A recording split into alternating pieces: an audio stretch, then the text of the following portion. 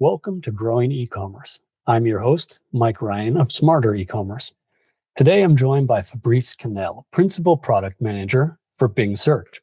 He's responsible for crawling and indexing at Bing, and ultimately for the relevance and customer delight of the product. As you can imagine, AI is keeping his job pretty interesting right now.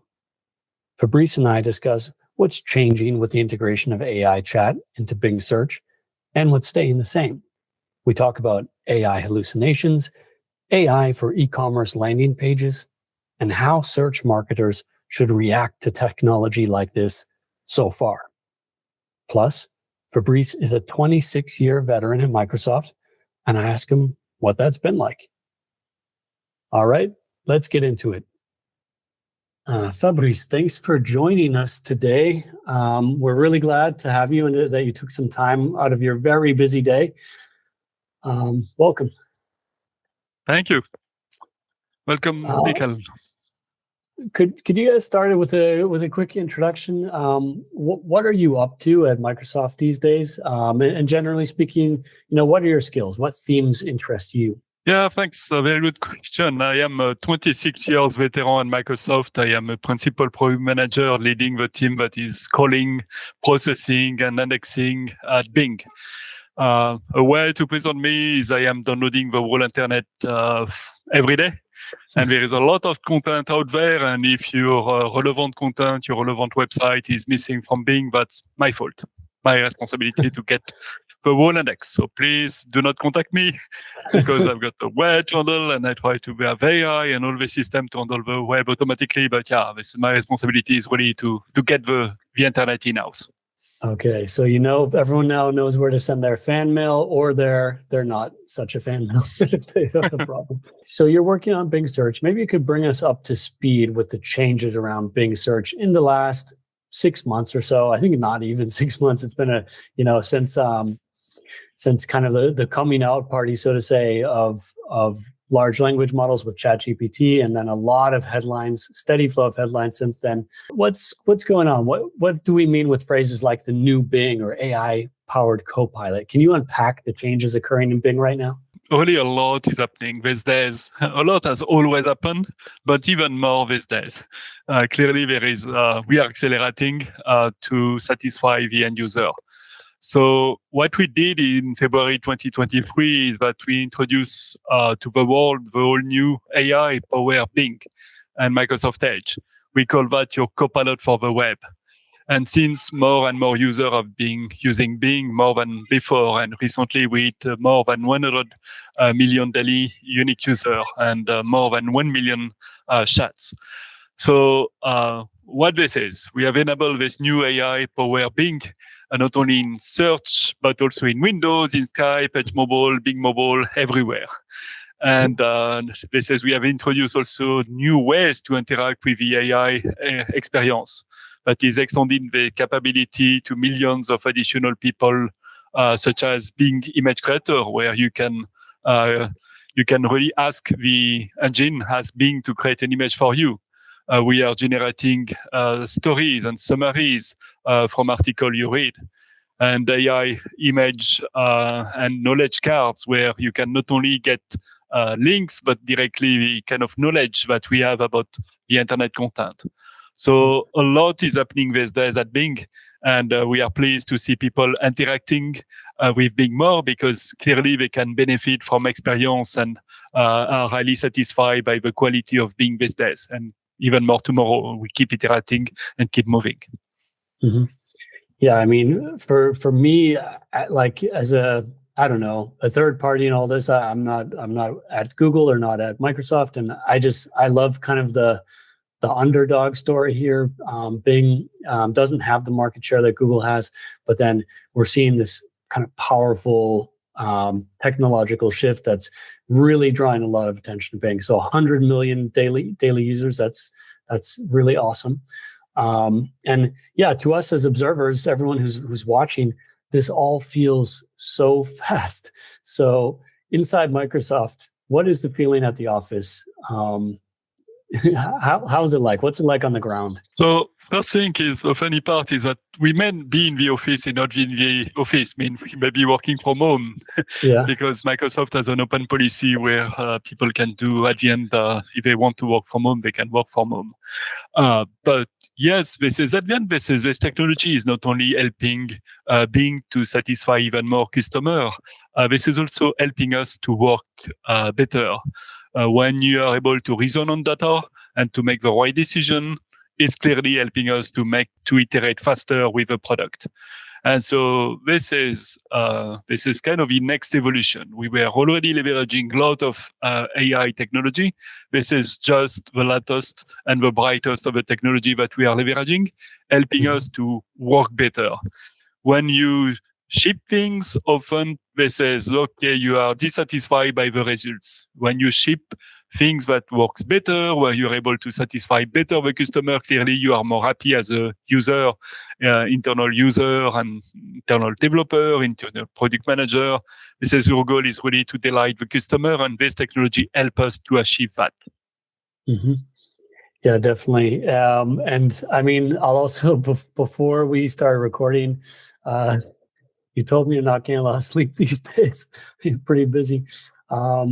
So I can imagine it's just, it's a huge amount of work that goes into a project like this. Yeah, this is obviously a lot of work that is ongoing, where at the end is kind of you are delighted by what you can do by this technology, by enabling you to do more and better. And so there is a lot of things that we want to look, enabling us to do new things, but also revisiting the previous things that we were doing. And this technology is not only visible in the user experience, this is also ability to really integrate it in the backend, to really change the way we are discovering the internet content, the way we are selecting the internet content, the way we are crawling the internet content. All these things at the end matter to truly deliver a game changer experience that is really delightful for the user. At search, clearly, when you search in nearly all search engines for a query as YouTube, clearly all search engines have solved this problem because it's in general what we call a navigation link. People want to go to youtube.com. As soon as you start to do more complex questions where you don't really know what you are looking at and you are looking at the help from the search engine, this is where this chat experience is kicking in to really help you to formulate the questions, help you to find, based on the results, the best content that is available on the internet for your question. And this is where we see huge opportunity to really delight even more the customer, to find what today was difficult to find 6 months ago and start to be really easier to find. Yeah, so big gains in relevance and the quality of information that gets surfaced. And, okay, I've got a follow-up question on that because Google has taken this kind of hard line saying that to them, AI chat is not search, and they see this kind of big difference. And I don't know, I sense there's almost some kind of it's strained when they talk about it. It feels like there's this antagonism under the surface or something like that. But it seems to me like Microsoft is viewing search and AI chat in a much more complementary way, that they're a natural pair. I mean, what's your take on that? How do you see the relationship between chat and search? You've mentioned on the back end the ability to improve relevance and so on, but as a user, how do you see these things interacting together? Yeah, so first we see search as kind of, I know exactly what I'm searching, what I want. So again, this is cases where you will enter a query as YouTube, Amazon, New York, Wikipedia article. You know what you are looking at, and clearly this is, you type something and the answer is a link to a site. Chat is more about, I sort of know what I want. I don't really know. Please help me. And so this can be an experience of my family, looking in the fridge to do some dishes, and okay, there is 3 carrots, 5 potato, 3 eggs. What I can do with this? Yeah. And so you don't really know. It's just you are looking at inspiration. You're just looking at help to do the to manage your life, to manage your action, to do what's next. So this can be personal. It can be related to your business. It can be how to write a if-else statement in Java. What is the best coffee machine? And this is all this kind of exploration where it's not a blue link as such. This is really about having a solution that is helping you to find. So to answer your question is we do believe that search and chat are completely complementary based on the intent of the query. Do you know what you're looking at? Is it just the navigation or is it just more exploratory and so more chat? This is really this kind of integration between the two technology. And what is very interesting is that we were having this kind of still project. We didn't disclose anything until we went live. And then we see customers starting to use this kind of chat. Myself, yourself are geeks, are understanding this kind of new tech, able to interact with it. But here we are sending this new chat tech to millions of people that never use this kind of technology before. And so this is fascinating to see them, to see my family, my friends. Really, we didn't disclose. I was not able to disclose anything. And when we start to see them interacting, this is absolutely fascinating to see them interacting with something that clearly they never experienced it before, and they discover that and say, oh, that's wonderful.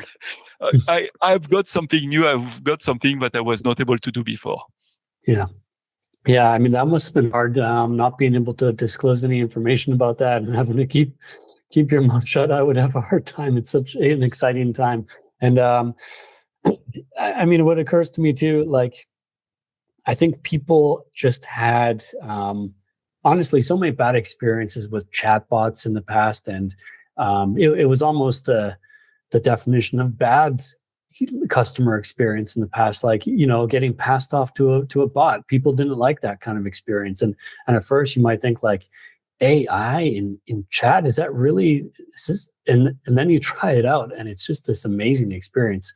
And it's so different than anything that you might have thought in the past of what is it like to interact with a chatbot, or how would it be to interact with AI.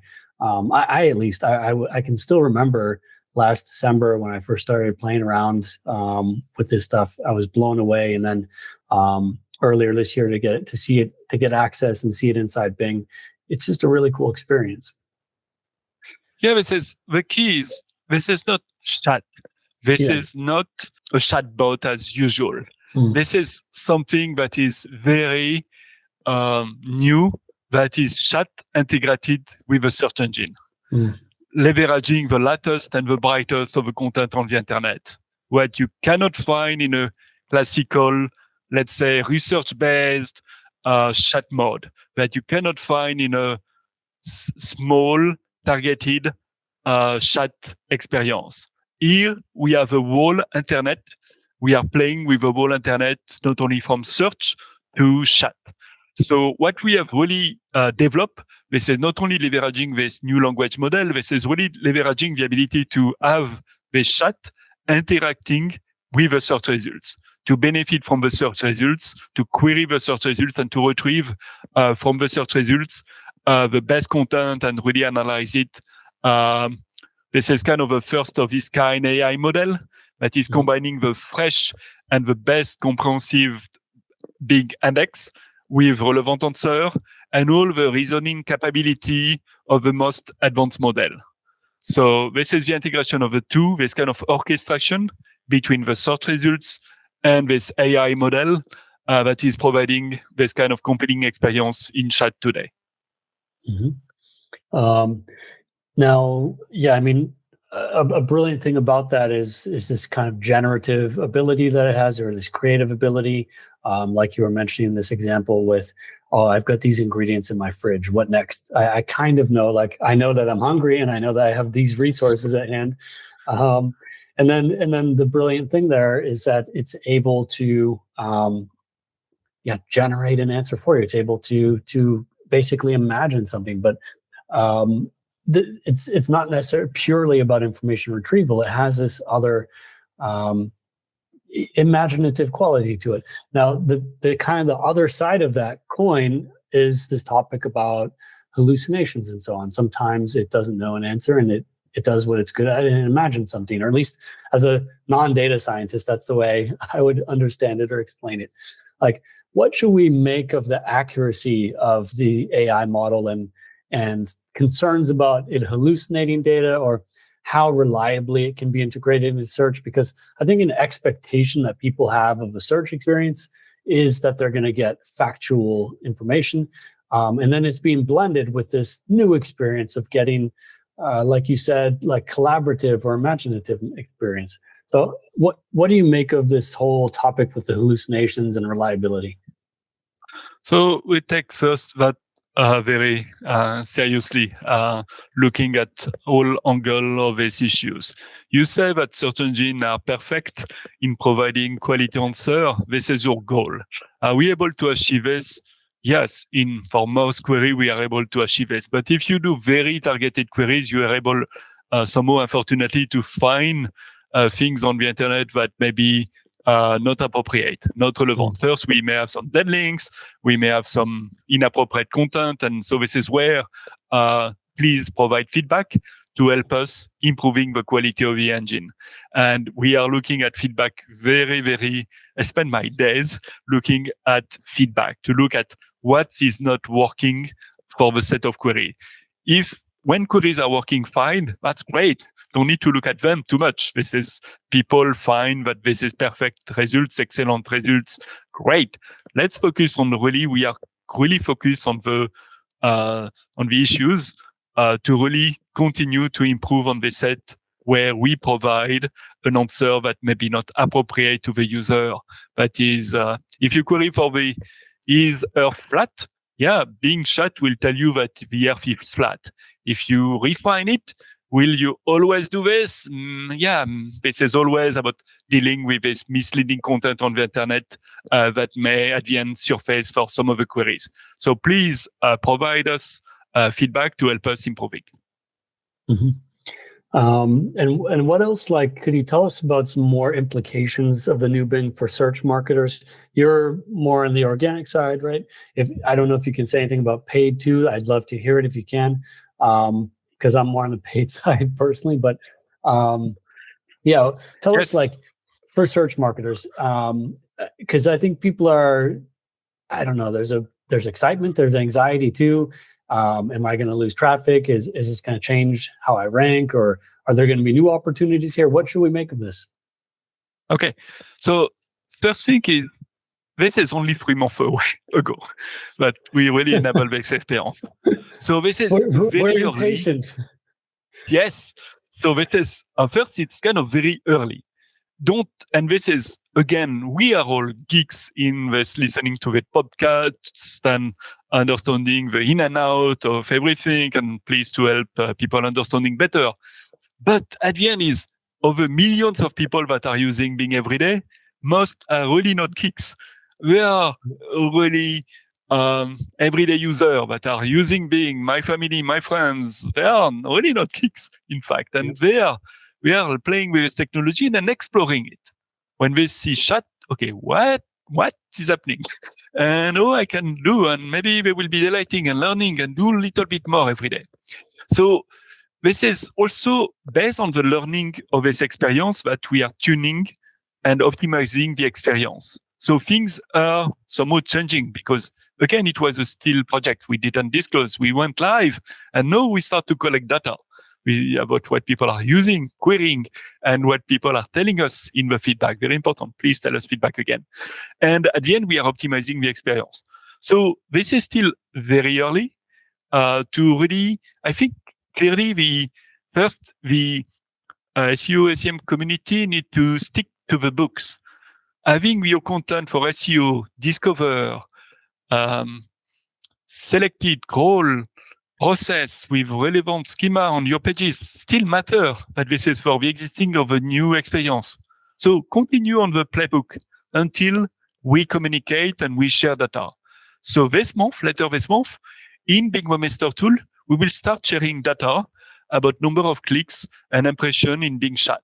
This is helping you to track a referrer from Bing Chat to your websites, helping you to see if you're successful, non-successful, and start learning about what's happening. So sharing data, we will help you to define your plan and review your plan for this new experience. Next is that for the advertiser community, since we release, the advertiser team has really started to involve the advertiser community to really think through and define what can be the new experience, new advertising experience for such chat. It may be or may not be the same as the experience we have in the search result page. It's not the classical text, maybe something else. Maybe it will be more interstitial links that will appear, something that will be more contextual to the chat than today. The advertiser is really targeting based on query keywords and language market. Here, there is a little bit more to look at. So the advertising team is engaged with the advertiser community to really learn about and think together what can be the next advertising experience for such experience. Mm-hmm. Well, I mean, that's at the time of, we're recording this on May 9th. And so yesterday there was a press statement about this new API for ads in chat. And that was something that impressed me right off the bat reading that statement was that it's very much, it's not like prescriptive or something like that. It was very much in the nature of you should have ideas about what kind of formats you think would work for your business in this context, and you'll have the ability to try and experiment.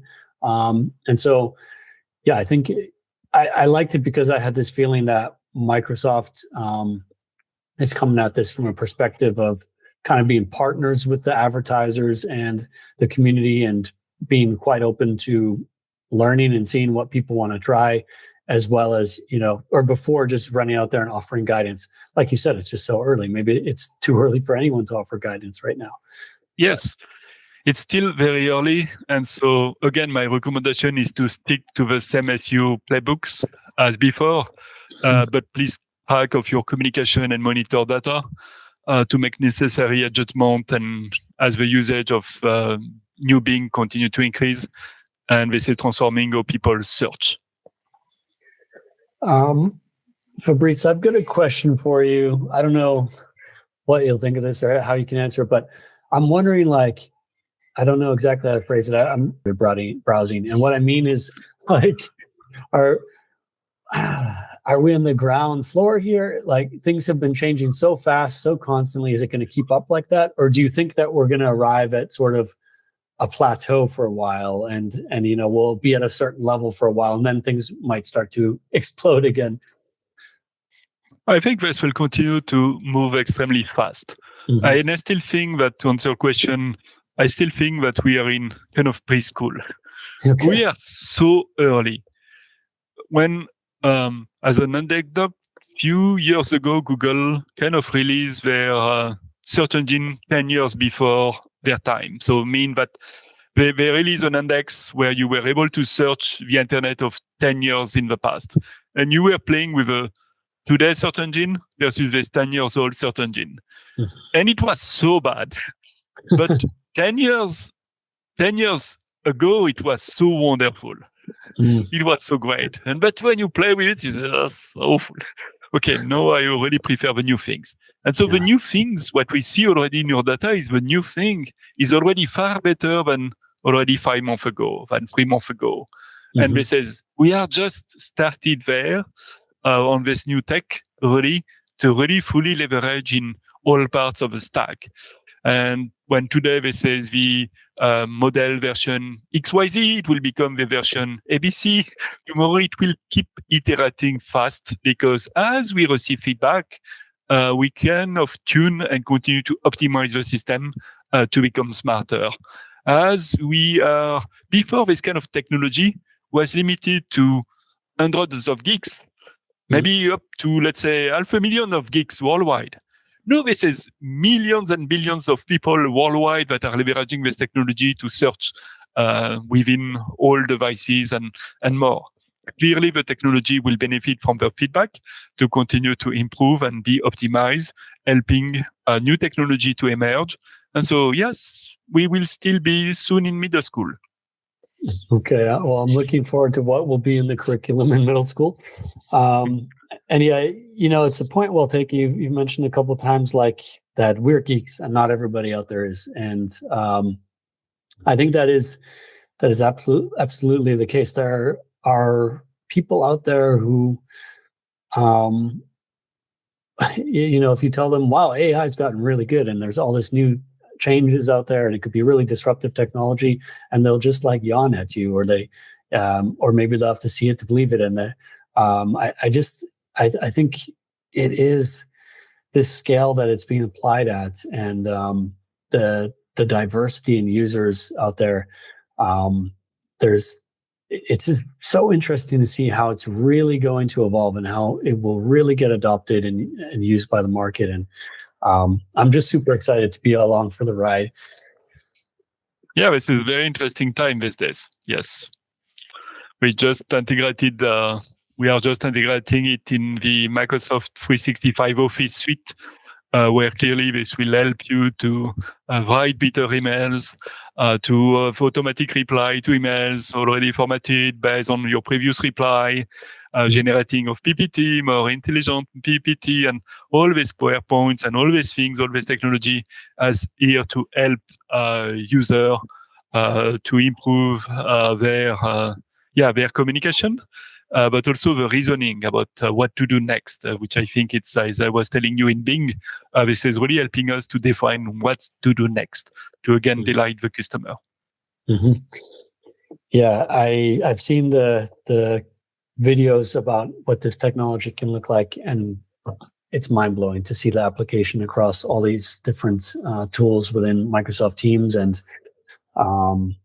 there's been there's going to be competing offers with Google Workspace, and there'll be everyone's going to be racing to integrate this technology. It's very exciting.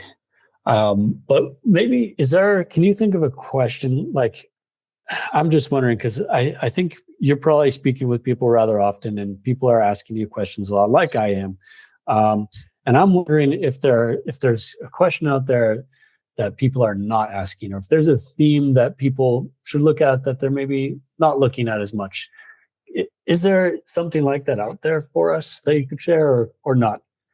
Yeah, so my external communication mostly focus on SEO, search engine optimization, and related to AI. And I've got really 3 questions coming to me all the time, and so I will speak a little bit about them to avoid receiving this question and avoid repeating the same answer. The first question is always about, can you help me? Can you help my site being indexed at Bing and obviously in top position? The second question is how to do what's SEO for the new Bing, or what to optimize for. And the first question is, can I use AI to, let's say, generate content on my site? They say, can I use the AI? But really, they want to auto-generate content via AI. And they are coming with this question because they don't want to be detected as a spammer, as cloaker, as people that are faking content. Yeah. So let me maybe really briefly answer this question. So can you help me? Yes. Again, we are looking at always feedback. You can engage with me on Twitter, on LinkedIn, to share your question and feedback, and I may reply. I receive a lot of them. So in general, I reply, but I do not guarantee that I will reply to all questions. And we have also Bing Webmaster Tool that is really good to share with you data about what we do, helping you to kind of optimize for your sites at Bing. Really helpful. It's free. It's helping you to get more users for your site, so encouraging everybody to use Bing Webmaster Tool. The next is, let's say, SEO for the new Bing. What is really specific for the new Bing, but you really need to care of? So on this part, this is really about, again, play with the same playbook than before. Care about first, get your content index. And then having relevant properties, developing an audience to get your content surfacing in search engine is very key. But I want to highlight that to get the content index is not about AI. It's about really telling us what is your content. So there is two things that really you should target. Two things. One is having sitemaps to help us. Sitemaps is an XML protocol that is documented on sitemaps.org, helping us to kind of know generally once a day what you have on the site. So this is just a listing of all relevant URL you have on the site. And the next that is extremely important for Bing, it's about content freshness. This is getting the latest content indexed at Bing. So here we have an open new protocol called IndexNow that is common, free, open to all search engines, that is enabling certain content management system and website to tell us real time what changed on the site. Mm-hmm. We have already millions, more than 20 million websites have adopted IndexNow. Top content, top SEO plugins as Wix, not as Wix, as Yoast, and other SEO plugins have adopted IndexNow. Cloudflare has adopted IndexNow, helping us to know what is on 20% of the internet. And you have also content management system as Wix and Duda that are adopting IndexNow. Duda is already IndexNow enabled. Knowing real time what changed on the site is not really for AI to solve this. I'm not in your head. My AI is not in your webmaster head. You can help me to know what's on your site immediately, and we can reflect quickly this content in the search engine. This is something that totally matters for Bing Chat because we care about surfacing the latest content found on the internet. And last is, can I use AI to really generate content, to create content on the internet? And my question is really first about, do not use AI, do not create site for search engine. Create site for your customer. Create site to delight your audience. And then search engine will reward you, will take care of you to index your content. Clearly, if you are cloning Wikipedia, you have no chance to be at top position for Wikipedia-related queries because it's just the same content. If you have unique quality content, that is where you have an audience, something that is really that people love, at the end, we are there to delight the customer. So we are not there to delight only you. We are there to delight people searching online. This is what we care. On that, I encourage you to read the Bing Webmaster Guidelines that you find searching at Bing or other search engine, because it's really something that we kind of define and create every 2 to 3 years, 5 years. And so, and we tweak it a little bit as we have enabled Bing New, this kind of chat layer to really learn about what's matter, not only for SEO, but also for Bing New.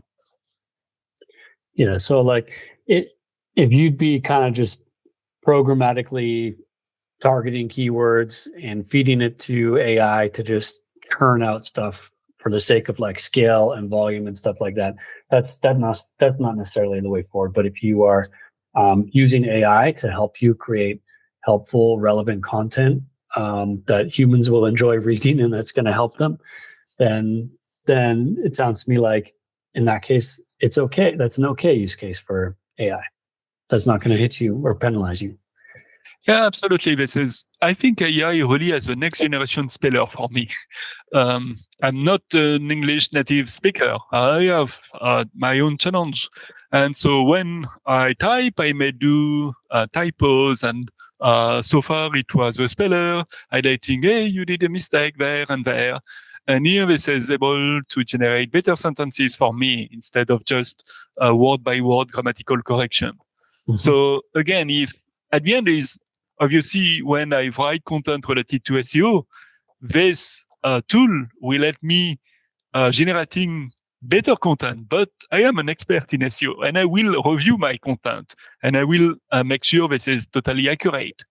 So this is again, if you are not an expert and start generating kind of random content based on the Wikipedia article and you just generate a new version of Wikipedia that is kind of not a clone version, it's just a clone version where you are changing all the words to another word and all the verbs to another verbs, who cares? Because really search engine get kind of away from really pure keyword match. Now these days, this is really about understanding the intent of the queries and understanding what is relevant on the internet to match this intent. So yes, in the SEO and especially the spammer community, the people are used to generate a lot of content with specific keywords. And now this is kind of going a little bit away from just keyword matching because we care about really understanding the intent of the query. You may search for the YouTube homepage, and homepage may not be in the YouTube homepage, but we know that you search for the YouTube homepage, so we display the YouTube homepage at top position.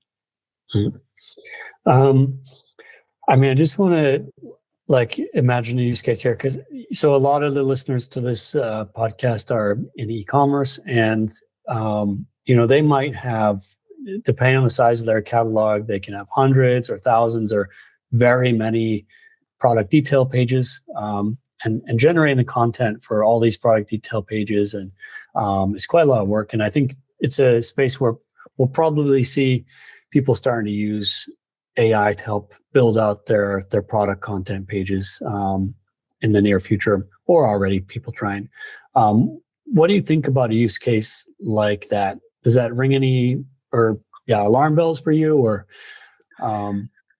Yeah, I will again differentiate if you are, let's say, a dog where you sell dog food, and you may have your expertise in selling dog food.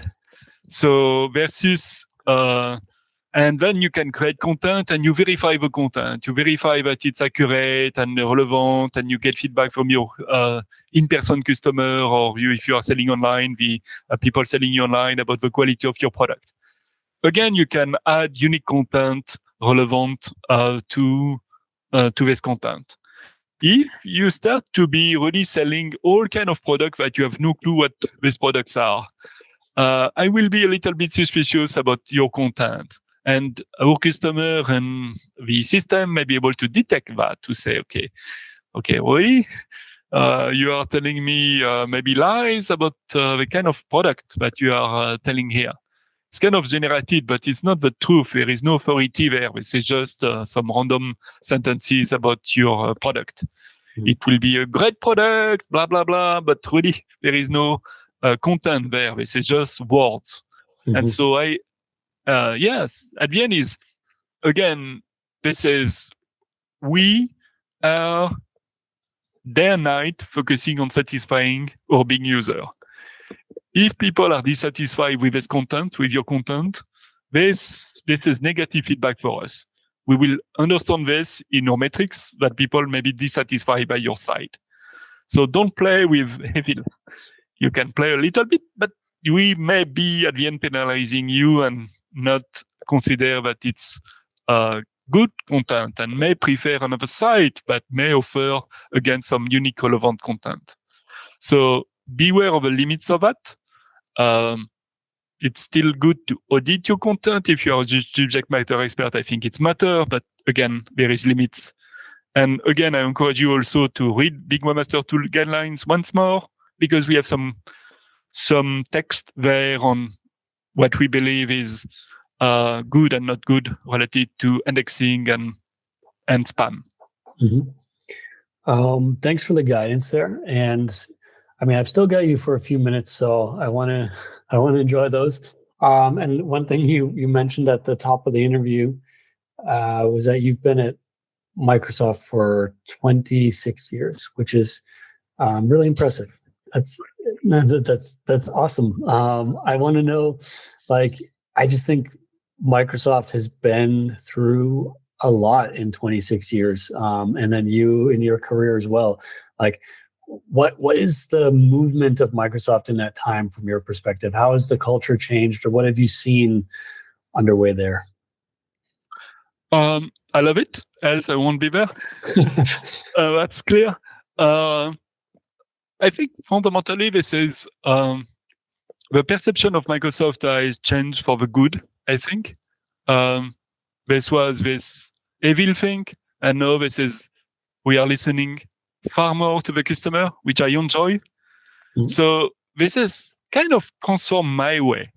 I was clearly not evil. I'm friendly. And I wanted from day one, I go to work to because I think that Bing is a wonderful tool to teach the world, to help the world to double quote, elevate the world to better knowledge. If you find things, Bing is the ultimate teacher. I wanted to be a teacher. I was a researcher before, and I wanted to teach, to do research, to really help the world. And I found it my way to Bing, and I'm there for many, many years. And it's helping me to have people finding stuff online. And I found it really compelling for me as a human to help people to find better, to elevate kind of the world. We have answered if the Earth is not flat, if the Earth is flat or not flat. Yes, we can answer that these days. Before, again, this 20 years ago, this was pure text match, keyword match. So if you search for if the Earth is flat, yes, we will have an answer telling you that the Earth is flat. Not anymore. No, we are able to understand the content of the internet and able to say, no, sorry, the Earth is not flat. And so this has evolved, and this ability to teach the world is really something that is compelling for me. And clearly the company has changed, I think, for the better, to truly align to be more open, friendlier, listening to feedback. I think it's clearly something that I align fully with it. Yeah, thanks for sharing that. And I mean, open and friendly are definitely words that I agree. On the outside, I feel like Microsoft changed a lot, and that's definitely the direction that it went in. Like particularly with Bing, when you see, like they've just had they've really made it more of an open environment, and you see that with products that are made possible from Bing, like Ecosia and blanking DuckDuckGo, and it just feels a lot more open and collaborative of an environment than certain competitors who will go unnamed. But good, yeah, good that you surface Ecosia and DuckDuckGo, because often people don't know and forget that often Bing is bigger than they think. Mean that there is all this search solution worldwide, from Yahoo, AOL, Verizon, DuckDuckGo, and so on, because that are leveraging Bing to search the internet. And clearly, that when you do some optimization, double quote, for Bing, first of all, I hate when people tell me, "Hey, I optimize for Bing or I optimize for Google," because in all cases, when we communicate, the guidelines for Bing is really benefit all search engine. When you do a sitemaps, when you do index now, when you put markup in your pages, this benefit all search engine.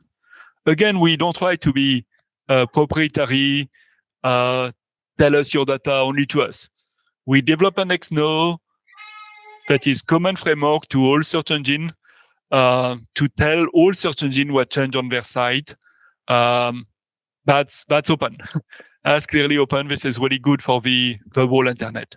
So at the end this is we try to be respectful of the environment. We did Bing Chat, but we want to get click share improvement. We want to continue having people clicking to go to websites. We communicate on SEO, but it's benefiting all search engine. And so, yes, and Bing is bigger than you think. Well, I think that's a great note to end on. And before I let you go, though, you brought this on yourself. You mentioned if people send you questions on Twitter, on LinkedIn, like where can we find you online? You Bing it. Bing my name, and that is easy. You will find me. Luckily for me, there is not so much famous people with my name, and so I appear in top position. I think at Bing and Google, you will be elsewhere, Ecosia and DuckDuckGo and elsewhere. You will find me in top position. Okay, I earned that answer. And anything else? Any shout outs you want to give? Any people, company, projects? No, this is at the end. This is obviously an interesting time for the world. This is interesting time where I think we are at an inflection point. Some people, Bill Gates, said that this new technology is as important of the creation of the internet or Gutenberg press, so for some other people. I think we are really at this inflection point where clearly this is completely amazing. This is going beyond a pure binary search engine, binary things that was just keyword based. Clearly, we were improving years over year relevance, but it's clearly a wave of changes that's just started to be released, and you will see us communicating far more because it's just the start of a series of releases that we have started to do to first unveil some of the technology to the searcher, learn from them, and continue on this quest to provide the best relevant answers to help the whole world to find online. Well, Fabrice, thanks for joining us again. I really appreciate your time and for all the information and guidance that you shared with us. Yeah, you are welcome. Thank you, Michael. Thank you. Thanks for listening to Growing Ecommerce. And if you enjoyed this podcast, please consider sharing it with coworkers, friends, or within your professional network. We really appreciate it. This podcast is produced by Smarter Ecommerce, also known as SMEC. To learn more, visit smarter-ecommerce.com.